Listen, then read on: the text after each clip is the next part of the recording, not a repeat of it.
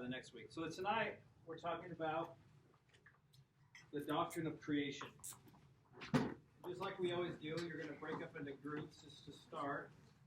You're kind of already in groups, which is nice. Tonight's our topic. So our question to start will be, why is the doctrine of creation important?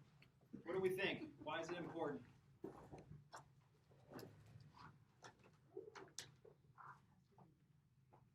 Our table was talking about the football games. Creation too. Confession time. Yeah, we're not having a confession time right now. There you go. 3 minutes. It shows his power and his majesty.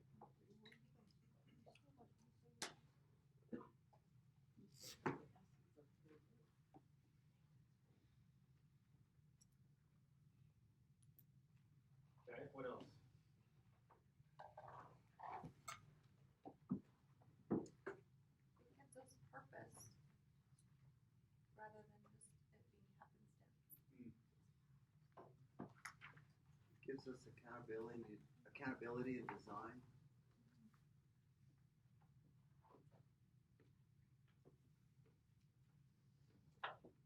Okay, what else?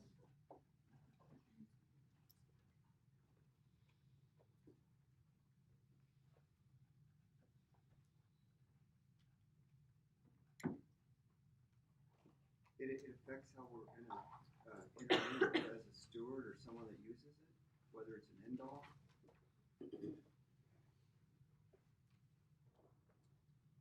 What's an A or an E by English people? A or Is what? affects in this sense? A. As the verb, it's an A, right? So there goes your oral exam. That's right. Now it's oil exam. That's right. Let's do 2 more. What else? Why is the doctrine of creation important?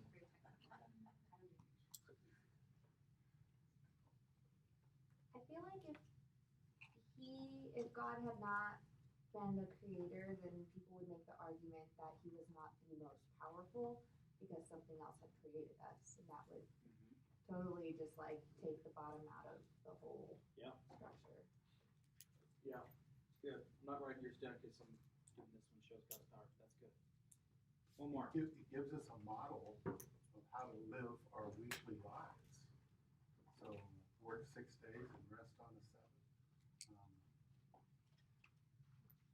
Okay, good. Okay, we're going to do one more group discussion, not at your tables, just out loud together. What questions do you have that surround the doctrine of creation? Now, this could be anything you have questions on from Genesis 1 and 2, or anything else that the doctrine of creation might affect. What questions do you have?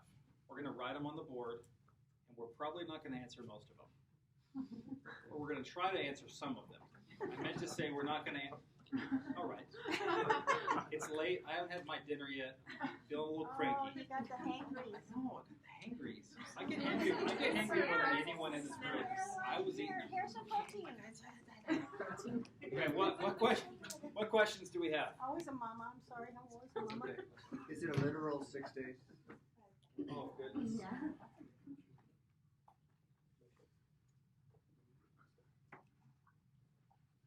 Or the dinosaurs of the timeline.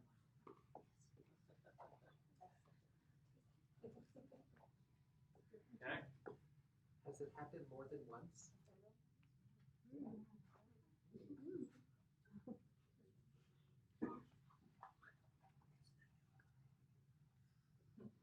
What else?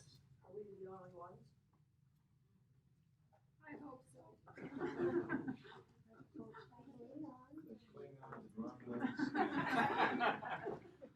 I have one. Okay, so in Genesis 1:29, he says, "Behold, I have given you every plant yielding seed that is on the face of all the earth, and every tree with seed in its fruit."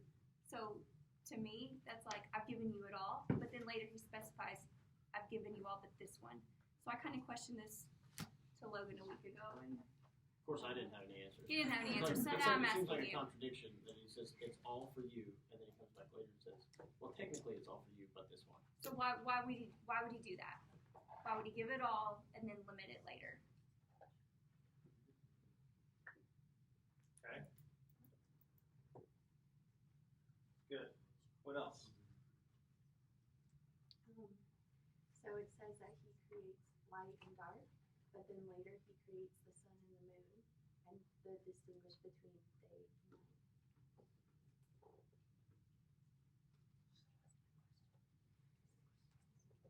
Yes. Good. Any more? Is the Genesis story, creation story, about God, the how he created, or is it more about the why he created? Is it more about restoring order and chaos?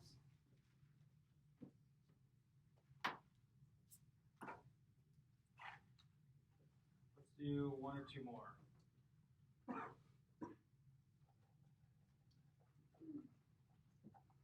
Maybe the Earth's existence as far as several thousands versus the billions of years timeline. Good. One more. Why did you do it to begin with?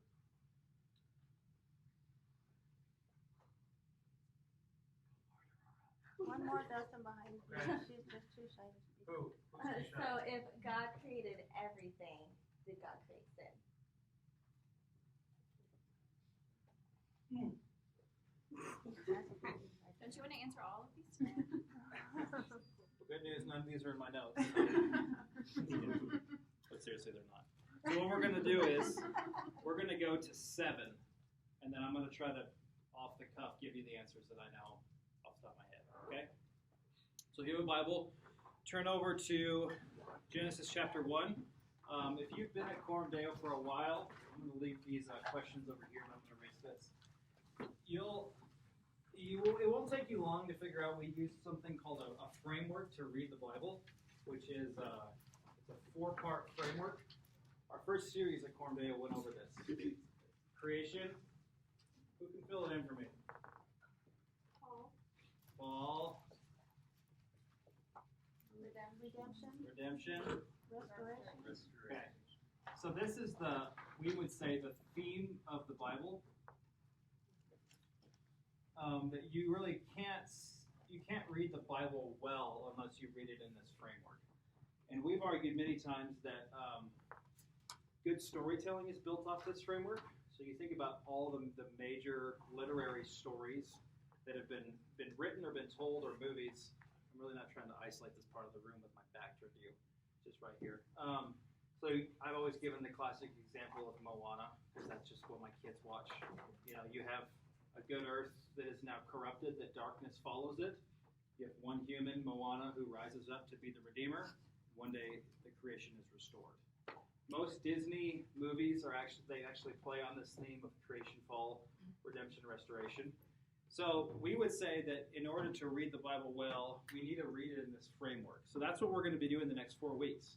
We're going to be talking about creation, fall, redemption, restoration. So to put it in our terms, the doctrine of creation, the doctrine of sin, the doctrine of redemption, and the doctrine of the restoration. So that's what we're doing today. So tonight we're talking about creation. So we're gonna be doing, let's see how many things, 3 things in 45 minutes. Good luck. First thing we're going to be talking about is a thing called creation ex nihilo. It's a Latin term that means creation out of nothing or from nothing. And so you look with me in the very, very first words of the Bible, verse 1 of Genesis 1. In the beginning, God created the heavens and the earth. So the story of Scripture is fundamentally about God. In the beginning, God. That's the subject. That is who the main actor is. That is who the entire book is about. In the beginning, God. But it actually goes on to say that God did something. And you remember, if you were here with us 2 weeks ago when we talked about the doctrine of Scripture, we talked about there's a direct link between what God does and what God says. So we're going to see that again played out here, where we see God beginning to create through speaking. And it says, in the beginning, God created the heavens and the earth. The earth was without form or void, and darkness was over the face of the deep. And the Spirit of God was hovering over the face of the waters. And God said, "Let there be light," and there was light. And God saw that the light was good. And God separated the light from the darkness, and God called the light day, and the darkness he called night. And there was evening, and there was morning the first day. So again, how did God create? By simply speaking into being. So I'm currently working on project after project in my dirt lot of my backyard. And when I create, I have to use raw materials. I have to get a bunch of sand, or I have to get a bunch of wood and nails, and whatever else you use to build. I don't know anything about this world, so I feel like a complete moron when I go to Lowe's. But when we build, we always have to use something in order to build something. Now, humans can build amazing things. Think about the technologies that you hold in your pocket right now. We can build amazing things, but we cannot build something out of nothing. And in the very beginning, it just says there was God. So last week, we talked about the doctrine of God, meaning that God has always been. So we as humans cannot not think in terms of time. Our whole world is governed by time, but God is literally outside of time. And so there's never been a point when God wasn't there or did not exist. And so it says in the beginning, God created, but he does that not using raw materials. Okay, so it's not like God has to go to Lowe's like I do. And he gets all this material together and he creates something that's now the earth. He just literally speaks everything into being. This is what Hebrews 11 verse 3 says. By faith, we understand that the universe was created by the word of God. Okay, so you have to understand that believing in the creation story has to have some element of faith. Because we as humans cannot comprehend creating something out of nothing. So we have to take it by faith. And so then it says, so that what is seen was not made out of things that are visible. So God spoke and things came into being. So he said, universe, and all of a sudden, there's the universe. And he said, trees, all of a sudden there's trees. He doesn't need anything. He doesn't need raw materials. And so, again, to go back to what our top one was your answer, you cannot miss the sheer power and sovereignty of God in creation. I mean, he literally creates everything by speaking. And you just have to think about the complexity of life. You think about how many species of like cockroaches there are, which is kind of nasty. But God has created every single one of them. That there are over 4,000 species of lizards. Like, why couldn't he just create like 2 lizards? But instead, he decided to create over 3,000 species of lizards, 4,000 species of lizards. There's over 3,500 species of snakes, 10,000 species of birds, 35,000 species of spiders. I mean, like, come on. And so you just think about the complexity of not only the amount of what he's created. I mean, think about some of the most stunning places in the world that you visited. Like in America, Hatch, is that what you said? We could say it's stunning, sure. Stunningly, yeah, something. Sparkies. You know, from like, let's just list them off real quick. What are some of your favorite places to visit? Alaska. Big mountains, snow. What'd you say? The beach. Yes, enormous. What else? Jackson Hole. That was going to be my number one. I think Jackson Hole, Wyoming is the prettiest place in America. What else? Grand Canyon? New Mexico. I mean, seriously. So you think about the complexity of our world, from deserts to rainforests to glaciers to mountains to everything in between. And God has literally created everything. But then you just take it outside of Earth. You think about the complexity of stars and planets and gravity and solar systems and all this stuff that I don't understand, that maybe one or two of you understands because you work at White Sands. I just think about the complexity of the world. So Stephen Hawking, one of the most brilliant physicists since Einstein, wrote this. He said this, that our galaxy is an average-sized spiral galaxy that looks into other galaxies like a swirl of a pastry, okay? And it is over 100,000 light years across, which is 600 trillion miles. And he says this, we now know that our galaxy is only one of some 100,000 million. I mean, is that even a number?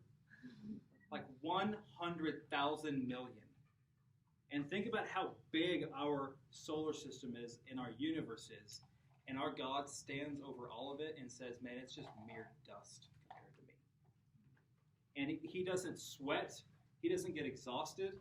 At the snap of his finger, all of it is created. He does not need anything. He is completely self-sufficient in himself.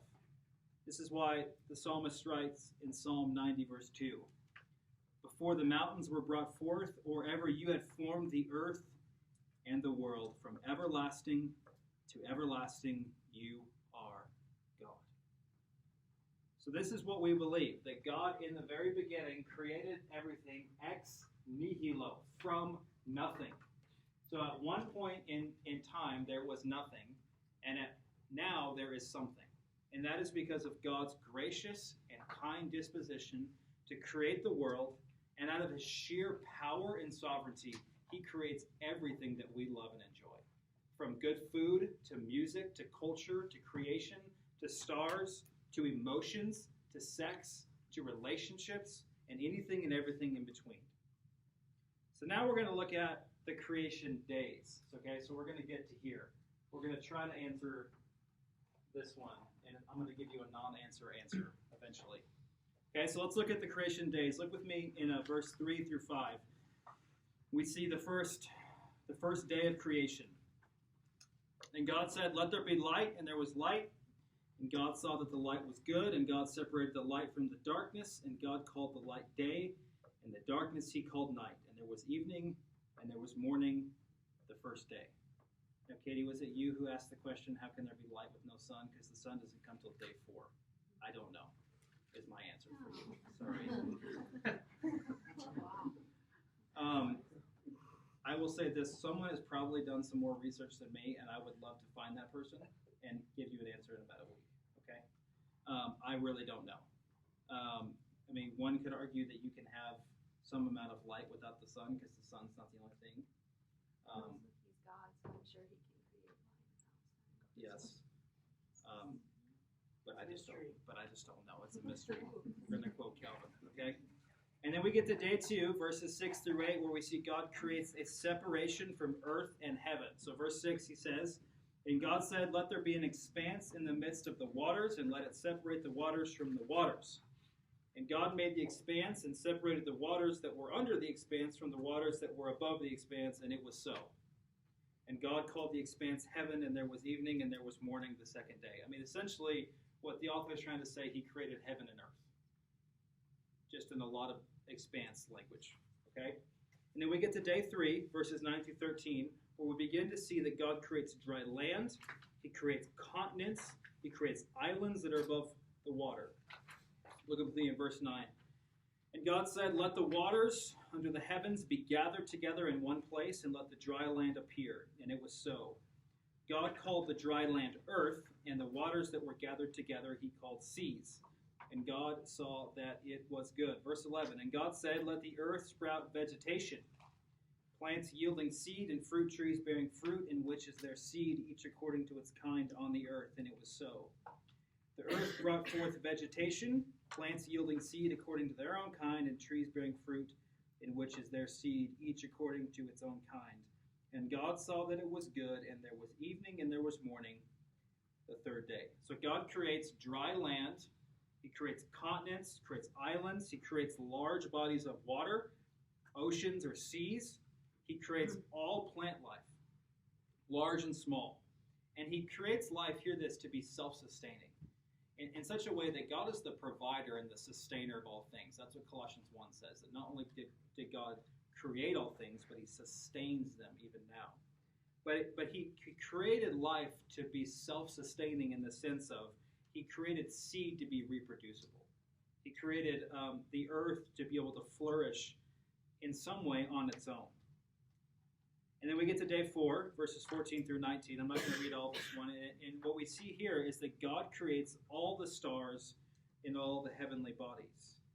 So God says in verse 14, and God said, let there be lights in the expanse of the heavens to separate the day from the night, and let them be for signs and for seasons and for days and for years.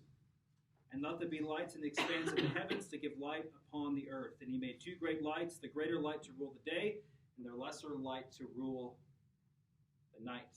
So what we see in day 4 is that God creates stars, which go back 100,000 million. We have one verse. God created stars, heavenly things in the heavens. And these movements will help man track time, will track seasons, will help govern him throughout his day. He creates the sun, which is the primary source for humans of light, and he creates the moon, which reflects the light of the sun. The movement of these bodies will distinguish as for humans day and night. And again, we have the theme that's repeated, and it's created what? Good. It's created good. Then we get to day 5. God creates all life that lives in the water. Any life of any kind that lives in the water is made to this point. So let me look with me in verse 20 of Genesis 1. And God said, let the waters swarm with swarms of living creatures, and let birds fly above the earth across the expanse of the heavens. So God created the great sea creatures and every living creature that moves, with which the waters swarm according to their kinds, and every winged bird according to its kind. And God saw that it was good. And God blessed them, saying, be fruitful and multiply, and fill the waters and the seas, and let birds multiply on the earth. And there was evening, and there was morning the 5th day. So again, God creates everything in the sea, and he creates every bird. I mean, that's just like a ton of stuff that God just creates in an instant. Then we get to day 6, the pinnacle of creation. Look with me in verse 24. And God said, let the earth bring forth living creatures according to their kinds, livestock and creeping things, and beasts of the earth according to their kinds. And it was so. And God made the beasts of the earth according to their kinds, and the livestock according to their kinds, and everything that creeps on the ground according to its kinds. And God saw that it was good. Okay, so God creates the cows and the leopards and the ostriches and anything and everything between. He creates all the hideous spiders that we had to endure in Missouri. Okay, this isn't in my notes, but sidebar. One time I was really stressed in seminary. And I said, okay, what we need to do is get away into the woods. And I was thinking like Cloudcroft. But Missouri woods were not like that. So we're standing at this riverbed, and I look down, and there's like 50 daddy long legs crawling all around me, like up my legs. And it was, God created all of that. Amen. No, don't amen that. So here's the pinnacle of creation. Look with me in verse 26. Then God said, let us make man in our image, after our likeness, and let them have dominion over the fish of the sea, and over the birds of the heavens, and over the livestock, and over all the earth, and over every creeping thing that creeps on the earth. So God created man in his own image. In the image of God he created him, male and female he created them. And God blessed them, and God said to them, be fruitful and multiply, and fill the earth, and subdue it, and have dominion over the fish of the sea, and over the birds of the heavens, and over every living thing that moves on the earth. So this is the pinnacle of creation, because nothing to this point has been made in the image of God except mankind. So God says, let us make man in our image. Let us make something to represent us to the world. So not a cow, not a chicken, not a mountain, not a goat will represent God, but humanity. That's why humans are the pinnacle of creation.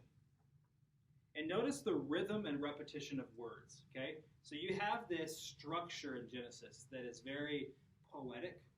You have this creation, and it was good. Creation, and it was good. You have this repeated themes, and that is probably the most repeated word in Genesis 1. It is good. That is the fundamental thing that God wants to communicate to us about creation. It's good. So God did not create a chaotic and an unstable world. He created a world that was intrinsically good and that worked together. And so the word that the Hebrews often use to describe this, and again, if you've been with us for a while, you've heard this, is a Hebrew word called shalom. Now, a lot of times in English, this gets translated as peace, but it's actually much broader than peace, because peace can convey the idea of just being an absence of conflict or an absence of war. But shalom is actually more of this fully ordered, how things ought to be. So all of us have moments, not moments, all of us have just a majority of our life where we would think, man, this is not the way it's supposed to be. Even in the best of days, where everything goes right, there's still something inside our souls that says, it's not the way it's supposed to be. That marriages should not end, that relationships should not end, that murder should not happen, that injustice should not happen. In the very beginning, God created everything good, or to have shalom, to have, we could use different words to encapsulate this. We would have fullness. I mean, this idea that it's abundant, it's rich, that it's how things ought to be. It's perfect. We can also use the word it's flourishing.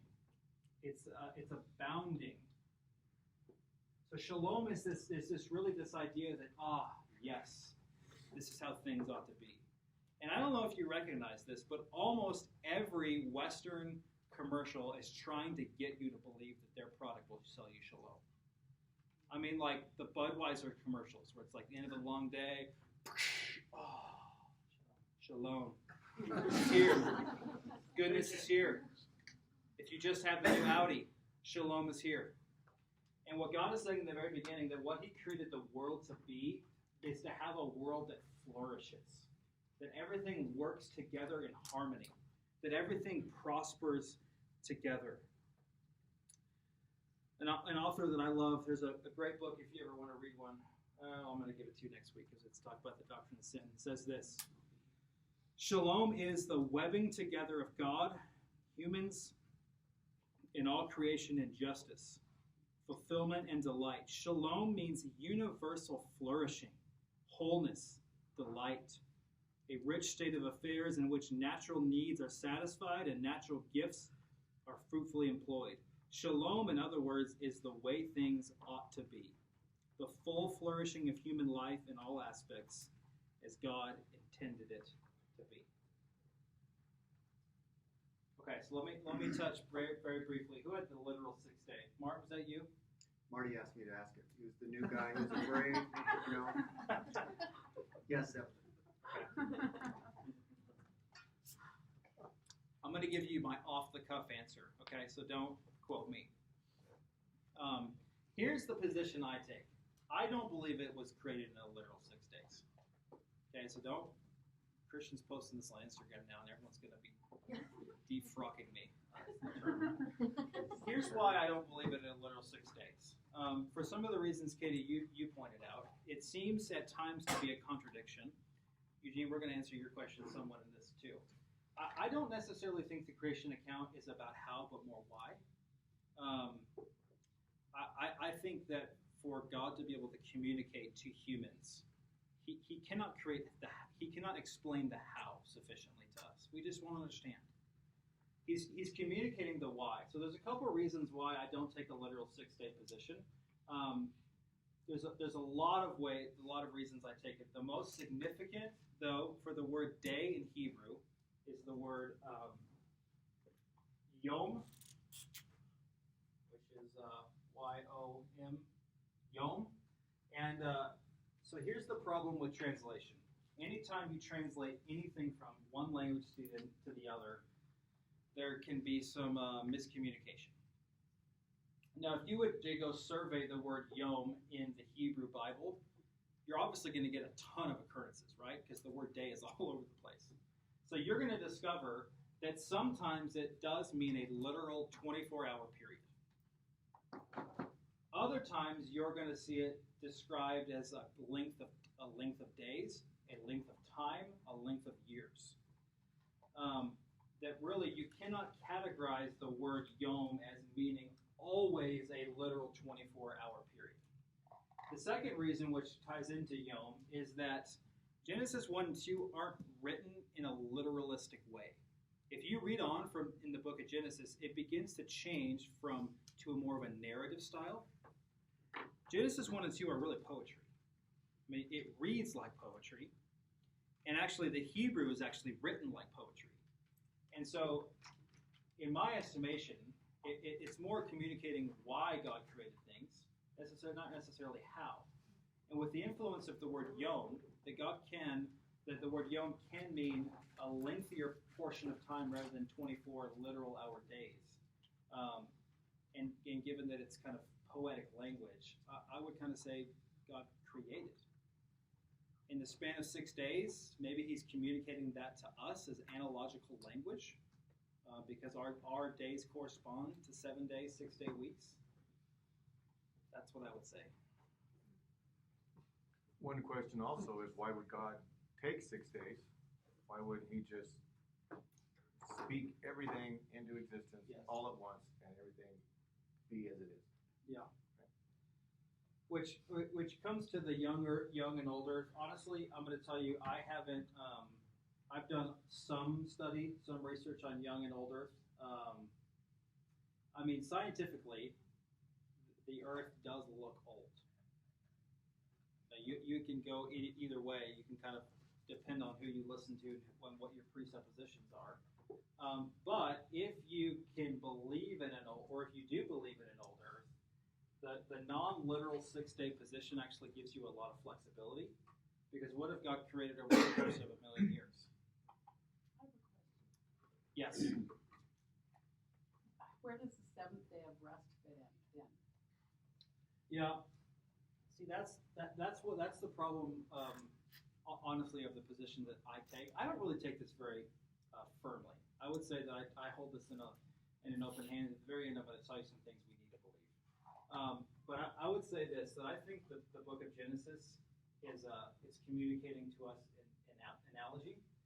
So meaning that the Genesis 1 and 2 are written analogically, meaning that Genesis is actually written to the Exodus community. So Genesis is written to a community that already exists. So they understand that our days are governed by sun and by night and by seasons. And so in some way, when Moses wrote Genesis, I believe that God was trying to communicate in an analogical way, here's how I created in order for you to understand. Does that make sense? And so he wants to pattern their weeks and their rest off of what he's done. Now, what do you do with the seventh day? It's just kind of hard. And in that case, what about the evening and the morning? Mm-hmm. That doesn't fit into the many days. That evening and the morning is a specific time. But again, it's delineated there. How can you have evening and morning when there's no sun in the first 3 days? Oh, that's right. He is But light. he's using analogical language to understand how he's communicating to us. Here's what I'll say. I really don't think it matters. This is what I'll come down to. I was gonna use this for the end, but I'm gonna save it now. I'm gonna agree with you now. This is what we have to agree on in the room. Okay? That God is the creator. Maybe we could even specify this. The triune God is the creator. Though in Genesis 1 and 2 it just says God, but in the New Testament, Holy Spirit and Jesus are attributed to creation. So we have to believe that God is the creator, that he created everything from nothing.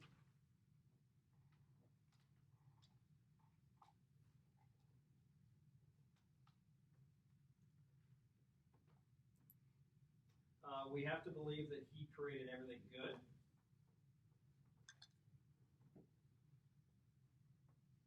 And then he created man in his image.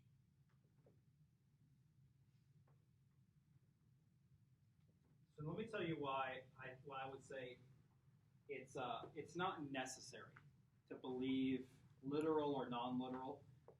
Because the reality is, the best minds for the course of 2,000 to 3,000 years have been trying to answer this question, and we're still arguing about it. It's a very complex subject, especially as science learns more data. And again, science has its own presuppositions, so don't hear me that we're just taking science as what it is.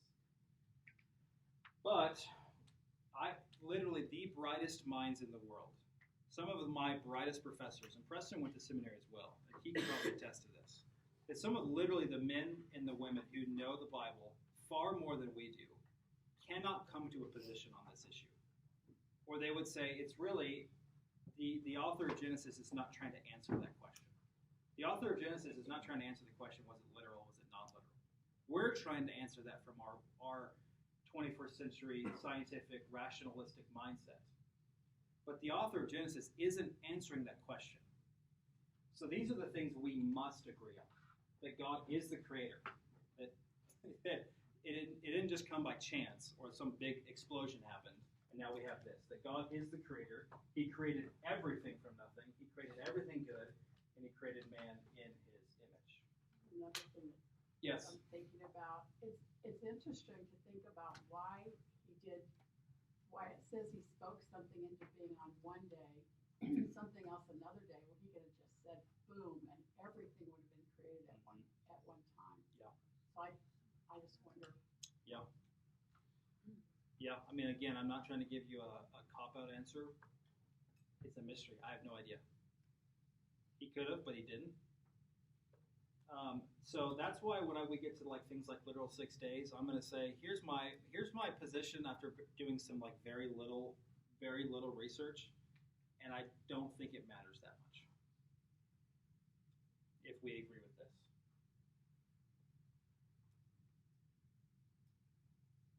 Isn't it maybe what you said in the past, how we approach the Bible? Do we approach it like a newspaper or like a phone book? I'm just looking for a romantic novel. This is not a science textbook. Mm-hmm. It's more why instead of specific detailed how. Yeah. Do we know who authored Genesis? Do we have some idea? Most conservative people would say Moses. Moses did. I will send you some resources on this subject, just because honestly, I'm not an expert in this area. I've done some study, but not a ton. This is my broad position, but these are the things we agree on. Okay, and I'll send you some resources to study. Just FYI, when I say I don't care, that doesn't mean that I think it's irrelevant or that it's dumb. It just means that I don't think it's necessarily the most significant question that we're going to be answering. And to do the good Genesis 3 thing, to shift the blame. I sat under like one of the most brightest Hebrew scholars in seminary, and we asked him this question, like, what do you think? And he said, I don't care. Okay, good enough for me. Let's move on. So you say, though, he created all good. So we jump to the Garden of Eden. He created the serpent that was in the Garden of Eden. Oh, goodness. That's next time. John. That's just next week on sin. So you mentioned like, you know, a lot of mystery around this requires a lot of faith. So like having faith isn't really like doubting. It's I think when we are certain about something, that's not having faith. You know what I'm saying? Like we're so certain that it's 7 days. Maybe it is. I'm not saying it's not, but that would like say, well, I'm certain that it's this. But our minds are fallible, like as believers, you know, as Christians, as humans. Sure. So there is, like you were saying, that element of mystery. Like we have to lean and have faith that God is those things, right? And all those characteristics. Absolutely. Because we could just sit here and just go crazy over this stuff. Absolutely. You know, and it's such a like divisive thing. Absolutely. I think you know, it's a good basis. You know, whenever people ask us about Scripture, you know, we always have coworkers, people around us ask us, hey, you know, what do you believe? Well, this is the basis of what I believe, but it's not the whole story. You know, I see it like, okay, we got to, you know, bring people to salvation. that's a miracle. How God converts somebody from his broken ways into his new self. So all this is it's a mystery. It's wondering what these things, why, but I mean the essence of his being. I mean it's really about bringing these people salvation. Absolutely, that's what it's all about. It's a good basis for us to, this is what we believe. This is what we begin. One of the other things I'll put in the email is there's a great, don't be scared, 2-hour debate between two guys. One of them is the president of Southern Seminary, Albert Mohler, who takes the more literal 6-day position. And there's another guy, Jack Collins, who's a professor at Covenant Seminary, who takes the opposite view. And they both argue and debate for about 45 minutes. They give their own presentation, and then they talk amongst one another. It's really helpful. They give you a lot of data to synthesize through and have the different positions. But I'll send that out. To your question, I'm going to write a response because I cannot think quickly on my feet right now. I'm going to say something I regret. Okay. Ordination. Okay, let's go to verse 26. The second thing we're going to be looking at, or the third thing we're going to be looking at, I'm sorry, this was number 2. We looked at creation days and shalom. Third thing we're going to be looking at is the Imago Dei, the image of God. That's the Latin for image of God. So this is one of the most important things in the Genesis story. I mean, obviously, God's the creator, absolutely. That's very, very important. But outside of that, that God makes man in his image is such an important topic. And then we're going to get to this thing called the cultural mandate in a few minutes. So you'll notice as we read through Genesis 1, the only thing that's made in the image of God is humanity. So we're going to break up into groups for 3 minutes this time. We don't have a lot of time. Question is, what does it mean that man is made in the image of God? Why is it important? Or what does it mean? I'm sorry. What does it mean that mankind is made in the image of God? We don't know? We don't know. That's fair. It was too big. We don't know. The actual physical model of how we are built, the head, the arms, the torso, the legs, the toes, is what I've always thought about as being able to think and comprehend things. So I'm going to say the body,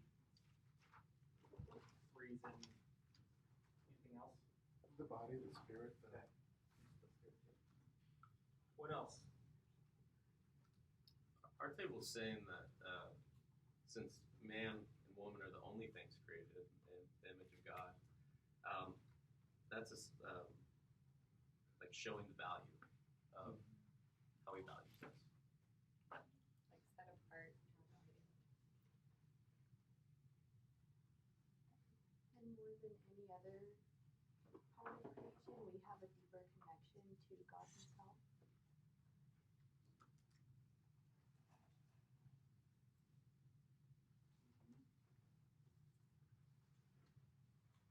Good. Anyone else? Well, I thought maybe mankind is the only one that could have a relationship with God. I don't think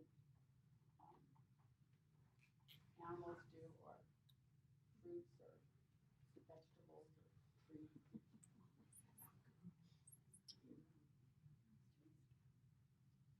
Anything else? Okay, so people have obviously wrestled with this question again, just like we've wrestled with the question of literal 6 days or not, have wrestled with the question of what does it mean to be made in the image of God for as many days as there are, whatever. 6 days.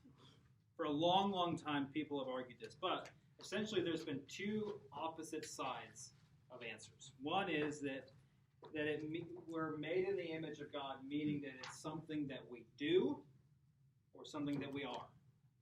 Okay? So those are the 2 opposing sides. Is it something that we do that constitutes that we are made in the image of God, so that we have reason, or we have logic, or we have authority, or we do something? Or is it that it's just something that we have? It's intrinsic to humanity. So I would answer that most of the times when you're forced to pick between one or the other, I always just go with it's both. Because I do think it is both. It is on the one hand, I think mankind has intrinsic value. Like, I like what your group says. That I would use the word, like, yeah, we have value. We also could use the word we have dignity. That for some reason humanity has dignity and value above other things. But in another way, I do think that the image of God means that we are distinct from the creatures in what we do. Like, we can have conversation with one another. We can use reason. We can use logic. We react to our world in ways that plants and other things do not do. So I think it's both. It's something that we are and something that we do. If I had to give you one answer, I think it's something that we are. Because you could maybe argue that if someone doesn't do the things that would constitute the image, maybe they're not made in the image of God anymore, which could lead us down a pretty dark trail. Most of the time in history, like say the time of the African American slave trade, they believed that the African Americans were not made in the image of God, and thus less human, and we could treat them how we wanted to. And so I think that the image of God is actually really something that we have, something that we are. So what does it mean to be made in the image of God? Think about this. I think what it means to be made in the image of God is that God has made humanity to be a mirror, to be a reflector. So think about a reflector on a fire. What does it do? It takes in light and reflects it back out. So that's exactly what we're supposed to do as image bearers. We are supposed to image or mirror or reflect the character and the action and the works of God in our life. So in some way, we do have a certain resemblance to God, that we can, more than a cheetah, we can solve complex problems. We can use written communication. So we have some resemblance to God in that way. But he's given us so that we can reflect the character of God, and so that we can be in other relationship with human beings in creation. So even, I think some animals have relationship with one another, but most of the time they're just having sex. Let's just be honest. They're not really in a relationship like we are in a covenantal marital relationship, friendship together. And so humans, by and large, are really the only part of creation that can have deep relationship with one another. And that, again, deep relationship with God. Like, I think that creation knows there's a God. That's why Jesus says, if you're not going to cry out, the rocks are going to cry out to me. Creation knows and worships God, but they can't have the same type of relationship that we have. So being made in the image of God is like being, one word, a mirror. Now here's why one of the things that I always want to just press into your brain is a saying that I was taught, that context is king when reading the Bible. Okay, so what we mean by that is, when we study the Bible, we did this 2 weeks ago, we have to answer a certain number of questions. Who was it written to? Who was the author? What are the circumstances happening in history at this time? So, the book of Genesis is written sometime, I don't know, around 2000-ish BC, maybe a little bit later, 2500. I can't remember off the top of my head. The Exodus is around 1446 BC, okay? Genesis, Exodus, Leviticus, Numbers, and Deuteronomy are written to the community that have been rescued from slavery in Egypt, okay? So this is the community after the Exodus has happened. So this is called the period of time called the Ancient Near East. And there's all these different countries, all these different nations that have certain patterns or themes in their cultures, okay? So in the Ancient Near East, particularly in Egypt, around the time when Genesis was written, kings were called the images of God. Kings of like pharaohs or of Egypt or Mesopotamia were called the images of God. And sometimes if, let's just say there's a one nation that's over here, and the king is here, and there's another nation over here, and they go in and conquer these people, but all the people actually want to live over here. What they would do is they would create a statue, of the king here, because it's a representative of the king. So when Moses is writing that mankind is made in the image, I think, yes, it's about something that we are. But it's also, he's picking up on the ideas that are prominent in the culture and saying not only are just the kings the images of God, but all of mankind is the images of God.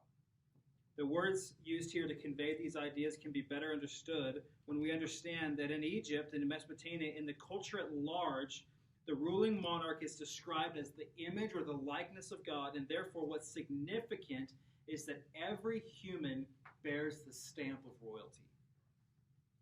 All humans, not just those in power, not those in prestige, but all human beings are created in the image of God. Now, I heard some of your conversation, and I don't think we touched on it here, but I want to just linger here. I have 21 minutes. I would linger here for 20 if I could, because this is so, so, so important, particularly for Christians, that literally every person you encounter is an image bearer. Every person you encounter is an image bearer, which means, what do we say being made in the image is? It's something that we are. In some way, it's that they have value and they have dignity. That means there is not a single person in this world that you have the right to be hateful towards. Now, if you can throw off your church face for a moment, every single one of you has people, classes of people, religions of people, ethnicities of people that we dislike. Like, I'm being a little bit funny, but like slow drivers. Like, come on. But seriously, I think some of us have prejudices against people of different religions, different colors, different backgrounds, that you grew up in the hood, you grew up in the trailer park, and therefore you're not really worthy of my respect. Every person you meet is an image bearer and is worthy of your respect and your honor and your dignity. You do not have the right to look down or cast your judgment upon your fellow brothers and sisters, your image bearers. I mean, this is just so fundamental. Because I cannot tell you the amount of times I get on my social media pages and Christians that I love and I worship next to blast people of different religions and different race, and they use derogatory language and they put people down, and they have little to no respect for people that are different than them. But if we truly believe the Imago Dei, the image of God, is true, then every person you encounter deserves your respect. Every person deserves your respect. May I interject? Yes.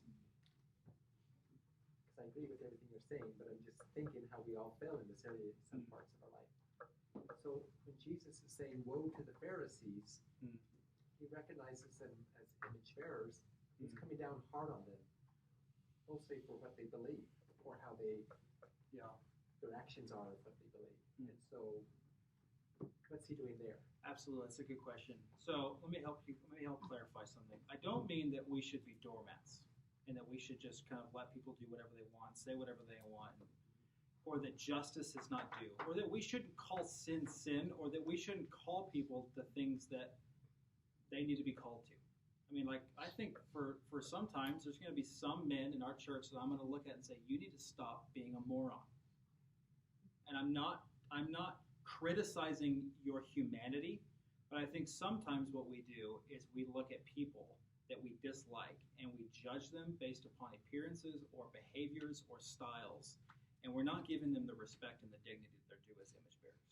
Now, I think what Jesus is doing there, I mean, I think obviously Jesus, because he's the Son of God, honors the fact that they've been made in the image of God. But I think he's criticizing the way that they've placed a burden on the people that they could never live up to. So I think it's one thing for Jesus to criticize that, and I think that's why Jesus says in Matthew 5, don't ever call anyone a fool. Because you're calling your fellow image bearer I mean, what the word in Greek really meant was damned to hell. He's deserving of eternal punishment.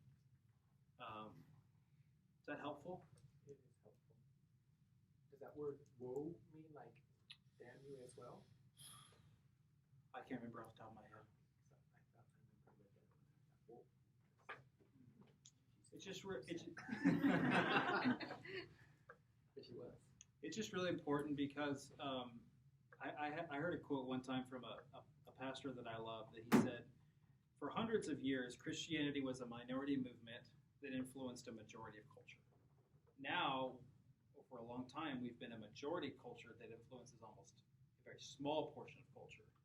And I think when we're in a position of power, it's easy to look down upon other people and judge people. And again, this year is an election year, and you better believe that your Facebook feeds and your Twitter feeds and your conversations are going to be filled with Christians who slam the other side, who do not give people the benefit of the doubt, who do not treat people as image bearers, and you're just going to see this all over the place. And what if we took the principle of the Imago Dei seriously and said, okay, I might disagree with you, which is I think where Jesus comes into play. I think we can have a respectful dialogue. Like, I think you're wrong, but I respect you, and we can disagree, and I like you. Maybe I don't like you all the time, but I like you right now, and I respect your dignity and your humanity. I think if we started there, we'd be in a lot better place. Does that make sense? Okay, last thing. We got 15 minutes. I was going to give you a break tonight, but sorry. The last thing we're going to be talking about is this idea of a cultural mandate. That I believe in the very beginning, the words of Genesis 1 and 2 don't have the words cultural mandate, but I think the principle is there.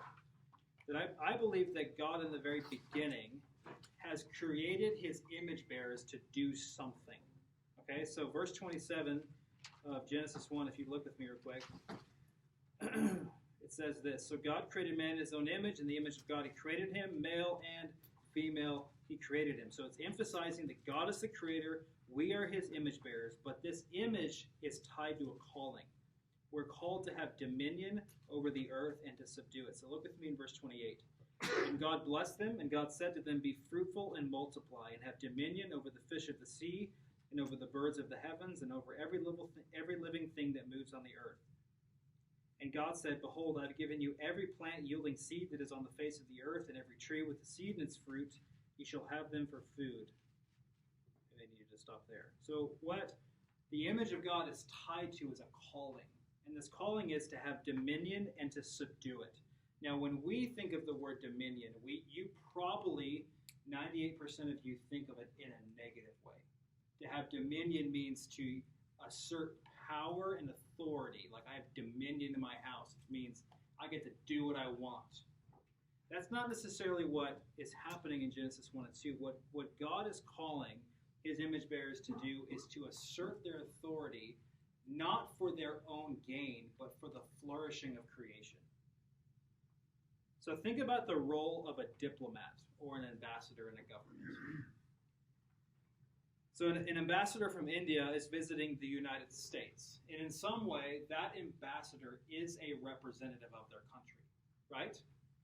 What an ambassador does is a representative of the country. So if the ambassador acts like a fool, who goes out and gets drunk and doesn't treat people with respect, does not treat people with kindness, it is seen as an act of aggression, not from the diplomat, from the country. In the same way, when we are made as image bearers and we do not reflect God in the right way, we are not reflecting God in the right way. And in some way, what we're saying is to have dominion and to subdue is to image God in the way he would be acting in the world. And how does God act in the world? For its flourishing, for its good, for its prospering, for its enjoyment, for its delight. I mean, you see in Genesis 1 and 2, man, God's given almost everything for mankind to enjoy. And he says, in the same way, I want you to live your life in such a way that you seek the flourishing of other people. And verse 28 is often called the cultural mandate, meaning it's calling Christians, or the image of God, people made in the image of God, to partner with God in his work. So from the very beginning, God is a worker. He is one who creates, he stewards, he protects, and now he's given that same task, that same work to his image bearers to work in the world. Anthony Hoekema says this: God has created us in his image so that we may carry out a task, fulfill a mission, pursue a calling. The Hebrew word subdue in verse 28, which is kabosh, literally means to make the earth useful or beneficial for enjoyment. To make the earth useful. So the cultural mandate is this: you are to pursue vocation, work, stewardship, food, family life, everything in your life for the flourishing of other people. Now here's why this is so important.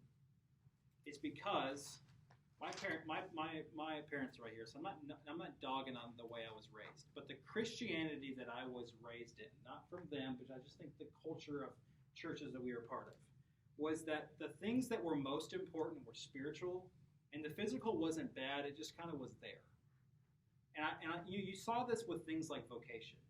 Like, the higher calling is to be a missionary, to be a pastor, but like, goodness sakes, if you're going to be a garbage man, like, the only reason... You know, people would be sad if their Exactly. trash didn't get picked up. But in some way... Hey, I'm in the image of God. What are you doing? But in some way, this is kind of how it's talked about. Like, your jobs are kind of like a necessary evil, but my job is kind of like the best.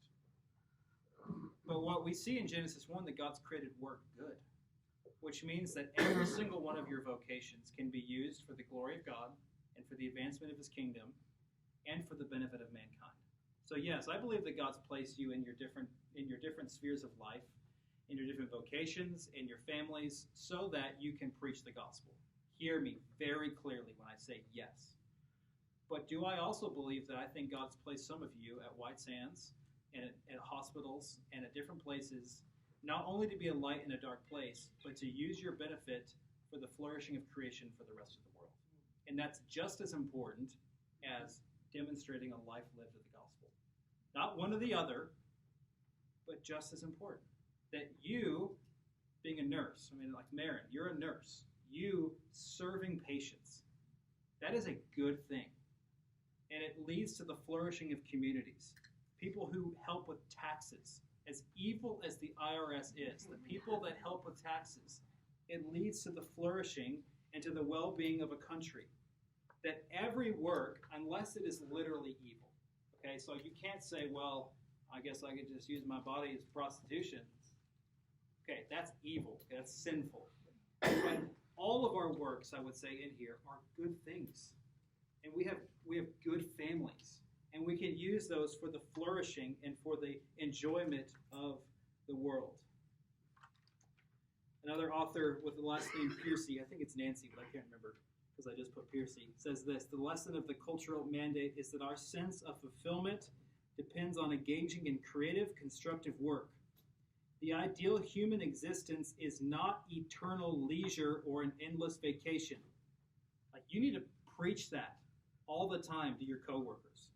That it's not eternal leisure or an endless vacation or even a monastic retreat into prayer, but creative effort expended for the glory of God and the benefit of others. So what I'm trying to press upon you is the doctrine of creation gives your life purpose. It gives your life meaning. That what you do from 9 to 5 every day is not irrelevant. It's not meaningless. And it's not sole purposes for you to make money so you can give it to the church. Yes, I believe that God has placed you in your different places, your neighborhoods, your cities, your vocations, your families, to be a light, to share the gospel. But I think he's also given that so that you can seek the flourishing of your neighborhood and use your gifts for the benefit of mankind. And therefore your life and your work has dignity and has value and has purpose. Does that make sense? Questions? I have a comment. Yes. Something that's helpful to me is, for anyone who doesn't know, but I have listened to the Bible Project, and that's really helpful. They have podcasts, they also have videos, that are really short. But anyway, it's a Hebrew scholar. His name's Tim Mackey. And he goes over, he and another buddy, they have sort of these dialogues, but they talk about all kinds of things. And one of the things that was really helpful to me was he talked about how to read the Bible. So kind of what we're talking about. The way Hebrew literature is written is not the way we read stories. So to us, it's very confusing or frustrating or feels contradictory. But when he explains it, it's like, oh, okay. It gives you a framework. Anyway, it's very, probably one of the best things to help me in reading the Bible. So We'll send that out too, if you can give that to me after. What else? Questions, comments?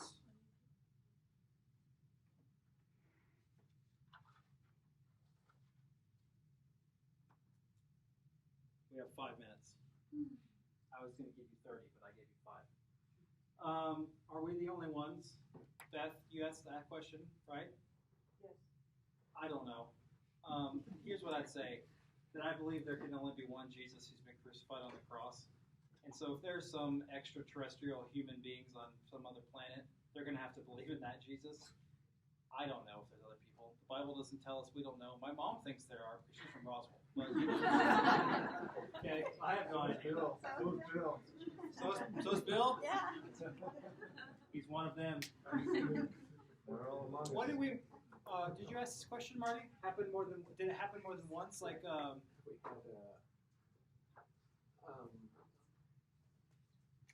where the earth has been created more than once. So, like, this is like version 2.0. Yes. My gut would say no, but I don't know why. Yeah. I mean, there's a passage somewhere, and it's like obscure, and so. Okay. But there's no, you can't build a foundation there. But sure. I would guess no. Yeah. Eugene? Oh, you gonna say something? I wasn't calling you out for talking. I was thinking about verse 2. You're in that side joke, but anyway, verse 2, like it talks about the Spirit hovering over the waters. So I was thinking about this yesterday. Mary and I had this conversation. So he hasn't created yet there's water already. So there's material thing. That's just interesting. Yeah, it's an interesting observation. It is. So if he hasn't created, it's without form, but there's water. So, I don't know. I thought that was unique. Glad you're not asking a question. I'm just gonna leave it at just something that I asked Mary and brought up to her. Yeah. Yeah. That's good. Lacey, you asked this question. Contradiction in 129.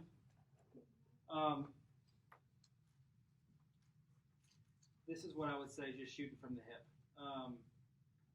That Genesis 1 and 2 is really written as what we would say a covenantal document. We're going to get to covenant theology at the end. And what I mean by that is a covenant is a formal relationship between two parties, and it generally has obligations, and then it also has things for blessings if you obey and curses if you disobey. So in order for there to be a creature and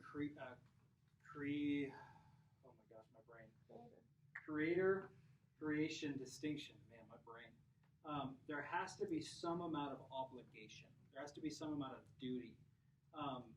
And so I think, in 129, he says he's given every tree, everything yielding for its fruit. I thought you were going to ask if we could smoke marijuana when you started that question, by the way. Can we smoke marijuana? But really what you see is Genesis 1 and 2 is written like a covenant document. I am entering into a relationship with you. Here is your obligation. You are to obey. There is going to be a blessing if you obey, and there's going to be a curse if you disobey. So I think there just has to be that aspect of obligation. It's my non-answer answer. Could it be a metaphor for just division?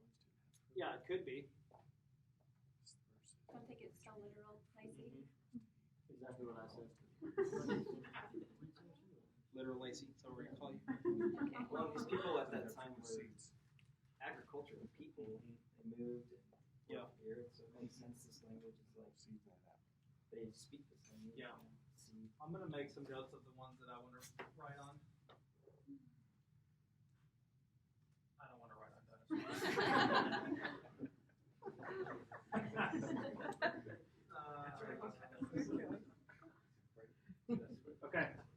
Anything else? Any other questions, comments?